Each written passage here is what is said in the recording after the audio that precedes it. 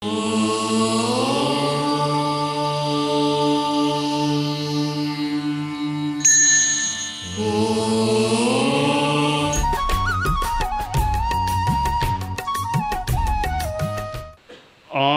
वाङ्मय में कहा गया है, सब्बत्थुवहीणा बुद्धा संरक्षण परिगहे अवि अपनो विदेहम्मि नायरन्ति ममाइयम। हमारे जीवन में आत्मा और शरीर, इन दो तत्वों का योग होता है। केवल आत्मा भी जीवन नहीं होती है और केवल शरीर भी जीवन नहीं होता है। परमात्मा आत्मा तो है परंतु शरीर नहीं है, इसलिए वहाँ जीवन जैसी बात कुछ नहीं लगती। पार्थिव देह पड़ी है, आत्मा निकल चुकी है, तो वहाँ भी जीवन नहीं। कोरा शरीर भी जीवन नहीं, कोरी आत्मा भी जीवन नहीं। आत्मा और शरीर का योग जीवन है। मृत्यु क्या है? पार्थिव देह पड़ी है, आत्मा भी कहीं है, तो मृत्यु किसकी हुई? मृत्यु यही है, आत्मा का शरीर से अलग हो जाना, यह मृत्यु हो जाती है। और आत्मा का शरीर से हमेशा के लिए संपूर्णतया वियुक्त हो जाना, यह मोक्ष हो जाता है। शरीर और आत्मा के बारे में एक सिद्धांत यह रहा है कि शरीर का अस्तित्व अलग है, आत्मा का अस्तित्व अलग है। शरीर अलग, आत्मा अलग। आत्मा भिन्न, शरीर भिन्न है। जैसे सोना अलग है, मिट्टी अलग है, इसी प्रकार आत्मा अलग है, शरीर अलग है। यह सिद्धांत भेद विज्ञान का, भिन्नत्व का, अन्यत्व का है। आत्मा अन्य है, पुद्गलश्चान्य है। आत्मा अन्य है, देहश्चान्य है। आत्मा अन्य है, शरीर अन्य है। आत्मा स्थायी है, शरीर अस्थायी है। आत्मा के लिए बताया गया, यहाँ आत्मा है, मृत्यु के बाद भी आत्मा कहीं रह जाएगी, पर शरीर यहाँ फिर समाप्त हो जाता है। आत्मा अकेली जाती है, साथ में क्या जाता है? पुण्य पाप साथ में जाते हैं, तेजस शरीर साथ में जाता है, कार्बन शरीर साथ में है, बाकी यह स्थूल शरीर तो यहीं रह जाता है। गृहस्थों का यह धन दौलत, जिसके पास भी धन दौलत है, वह भी यहीं रह जाता है। साथ में आदमी धन नहीं ले जा सकता, कितना ही कमाया हो, पर साथ में नहीं ले जा सकता। बहुत कमाए जिंदगी में हीरे मोती, बहुत कमाए जिंदगी में हीरे मोती, क्या कहूँ ए दोस्त कफन में जेब नहीं होती। क्या कहूँ ए दोस्त कफन में जेब नहीं होती। तो हीरे मोती आदि आदि सारे यहीं रह जाते हैं। फिर भी आदमी धन के लिए माया भी कर लेता है, धोखाधड़ी भी कर लेता है, झूठ भी बोल लेता है, धोखा भी आदमी करता है। यह पैसा ऐसी चीज है जिसके लिए क्या क्या नहीं किया जाता है। वो एक गांव का किसान था, पास में एक कस्बा नगर था, नगर में आया, यदा कदा नगर में आता था सामान लेने के लिए, खरीदने के लिए, बेचने के लिए। कुछ सेठों के साथ उसका संबंध रहता था। एक सेठ के वहां गया, सेठ के यूँ पीछे मकान था और मकान में आगे दुकान थी, ज्वेलरी की दुकान थी, आभूषणों की दुकान। तो किसान गया सेठ साहब के पास, नीचे ही बैठा, बोला सेठ साहब कई दिनों से आया हूँ, आज आपसे मिलना हो गया, आपसे मिलकर बड़ी खुशी होती है। हमारे परिवार का पुराना आपके इस हवेली से संबंध है। मेरे पिताजी भी दादाजी भी आपके पिताजी दादाजी के पास आया करते थे, हमारा आपस का लेन देन भी चलता था। इस बार कई दिनों बाद आना हुआ है मेरा। कहा ठीक है भैया, बहुत अच्छी बात है, तुम आ गए हो, और खाना खाओ, बैठो। कहा सेठ साहब खाना तो खा लूँगा, मेरा ही घर है, खाना खाने में क्या संकोच है। आज वो आपकी दुकान में मैं आ गया हूँ, तो वो घर में वो कई बार कहती है कि कभी गहने ला के दो, गहने ला के दो। तो आज आपकी दुकान में आ गया, तो आप जो भी औरतों के होते हैं गहने वो 2-3 मुझे दे दो, तो उसको दे दूंगा आज।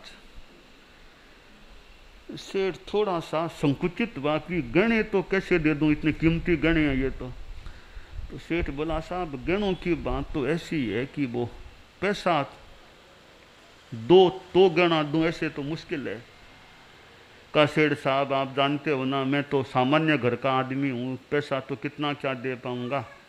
एक बात है, मैं अभी गांव से आ रहा हूँ तो गौवा घी, गाय का घी लेकर के आया हूँ, 1 पिंपा घी लेकर आया हूँ, घोर एक शुद्ध गाय का घी है। आप गाय का घी 1 पिंपा आप ले लो, इसके बदले में आप मुझे जितना आप ठीक समझो गहने मुझे दे दो, औरतों के गहने आप दे दो मुझे। सेठ ने कहा यह बात ठीक है, ये घी यहाँ रख दो, या तुम्हें मैं 2 आभूषण दे देता हूँ। सेठ ने वो 2 आभूषण निकाल लो, ये ले जाओ, दे देना उसको।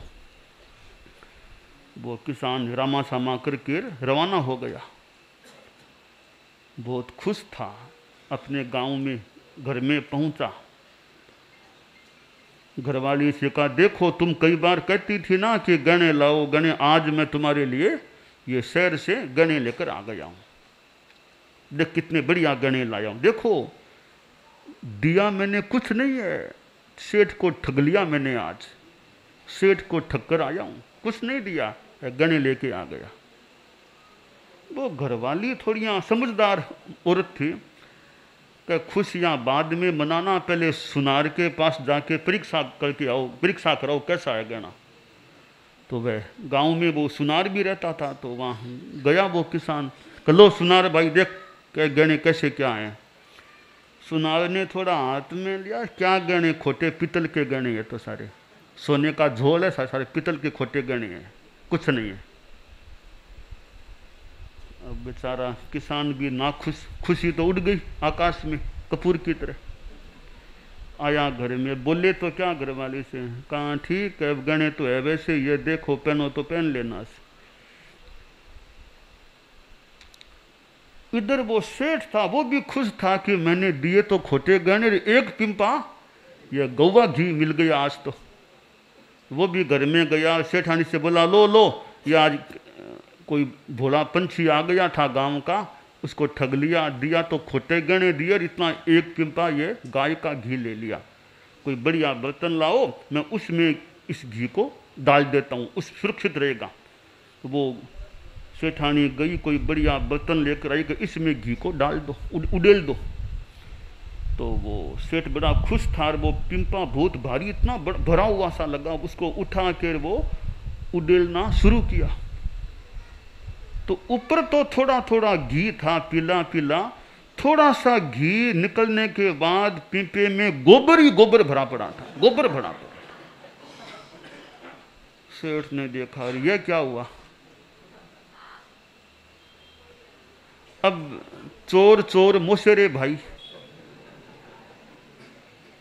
सेठ ने किसान को ठगने का प्रयास किया तो किसान कौन सा कम था, उसने भी सेठ को ठग लिया।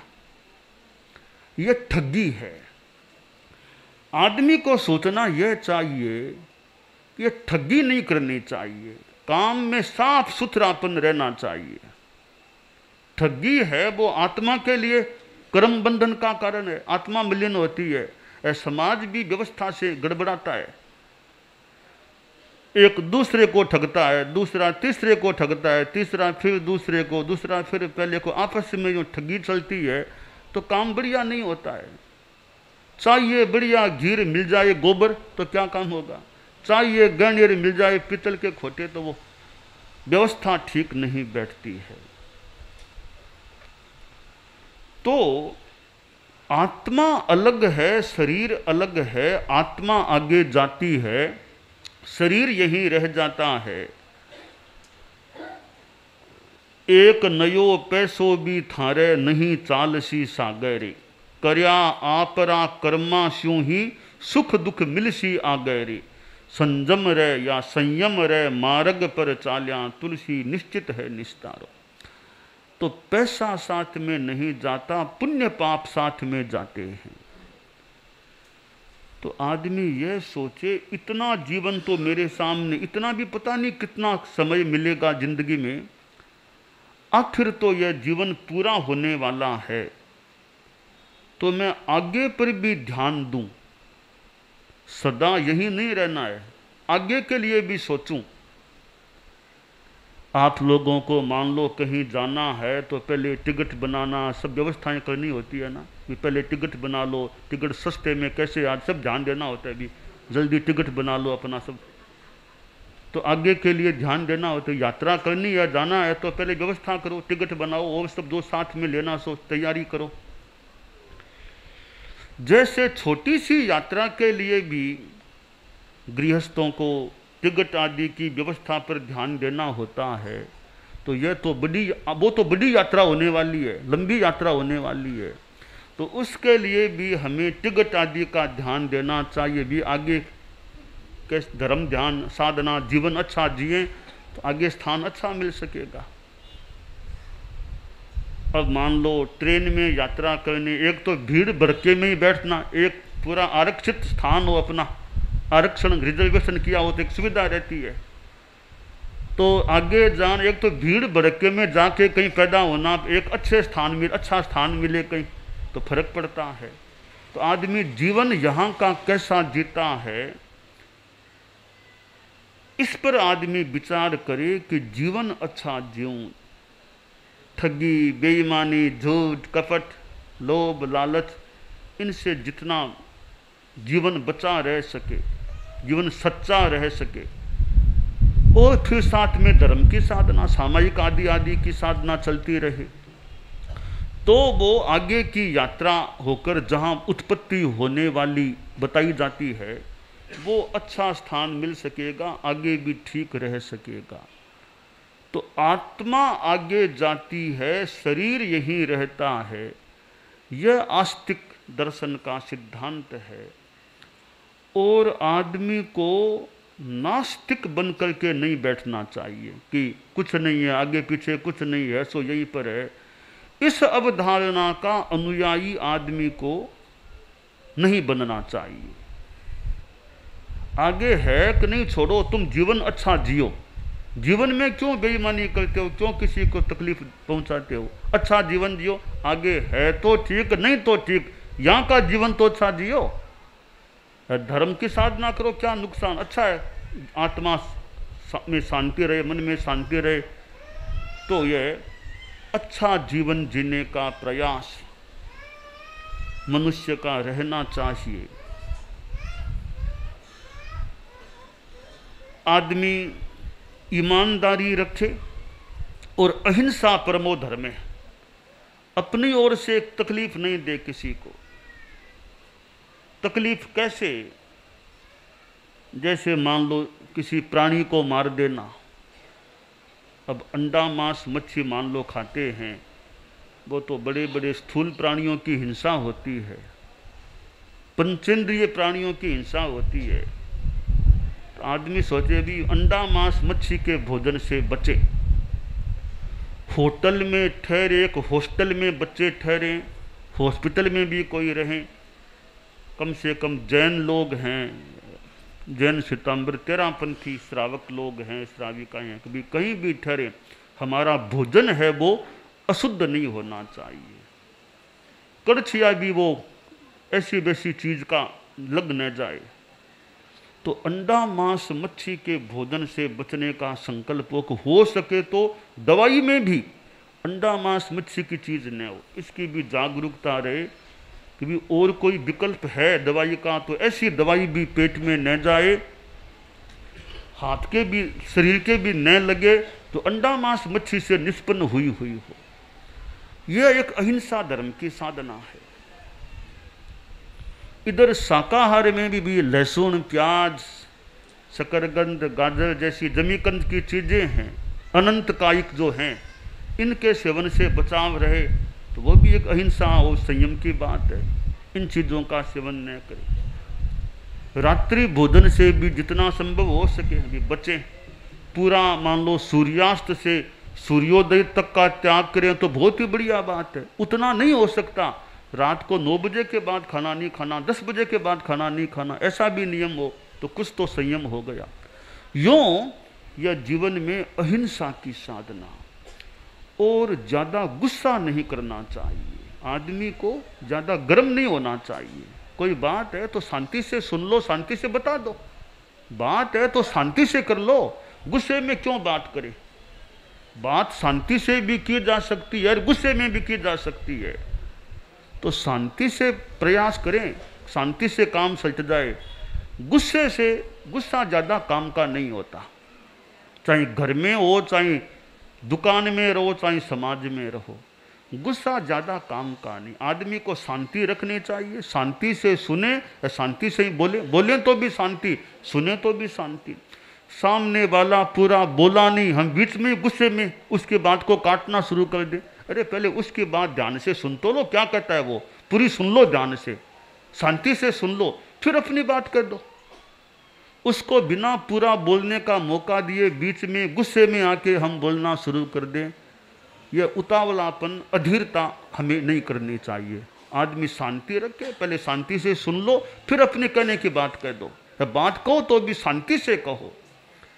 गुस्सा करने वाला तो मानो हार गया। गुस्सा करना पहली हार है, और हार तो बाद में होगी होगी। गुस्से में बोलना पहली हार हो जाती है। तो हमें यह अहिंसा की साधना के अंतर्गत ज़्यादा गुस्सा नहीं करना चाहिए। तीसरी बात है कि नशा नहीं, स्मोकिंग, ड्रिंकिंग, गुटखा, ये धूम्रपान, शराब आदि आदि के नशे से बचना चाहिए। और फिर जितना जैसे सामायिक पोषण आदि आदि त्याग प्रत्याख्यान कर सकें वो भी साथ में करें, तो हम आत्मा का कल्याण कर सकेंगे। खासकर गृहस्थों के लिए बात है, वो सामायिक पोषण आदि करके, त्याग प्रत्याख्यान करके आत्मा का कल्याण कर सकते हैं। तो आत्मा अलग, शरीर अलग, यह सिद्धांत बताया गया है। हम आत्मा का उत्थान हो ऐसा प्रयास करें, यह काम्य है।